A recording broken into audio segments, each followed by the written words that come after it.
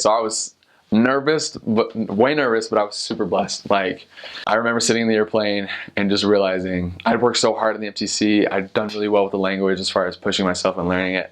But I remember sitting on the plane just being sick to my stomach, just like, oh my word, and switching from American flights to France, because we flew from France to Portugal, and everything was starting to be in the language or Portuguese speaking on the plane. I was just like, oh man, I can't understand it.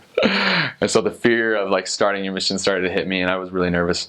But luckily, when I came off the plane, I saw a couple of people that actually went to my high school that were in my mission. I got picked up by them, and so I got to see them, and I saw some other people in the missionary office that were also from my hometown that were serving as a couple missionary there. So it was nice just to be there and see them.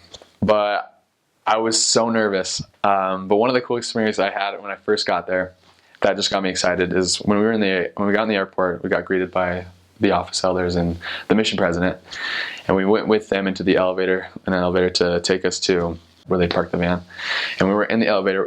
There was about 9 of us elders, and then our mission president, and all of us were like ranging from like 6 feet to 6'4". My mission president was a big man, and there was one other guy. So all these missionaries, and there was one other guy in there, and he was a small little Portuguese guy. And I remember him being surrounded by us and just looking directly at our tags. Like, he would look around, and I was like, that was the moment where I realized, it was like, I am a representative of Jesus Christ. Like, people are beginning to notice, and it was one of the coolest things, and it got me super pumped. So even though I was nervous, especially with the language, like, I just knew, like, this is where I'm supposed to be. I can't wait to get going. And then we went to the mission home. We ate. We had this homemade lasagna. It was super good. And then we woke up the next day and met our trainers. And my trainer he's awesome, super positive, just a dynamite missionary, and he really was really enthusiastic. So it really made me confident and want to like serve. I'll admit though, my first transfer wasn't super hard. My first transfer was hard because I was beating myself up.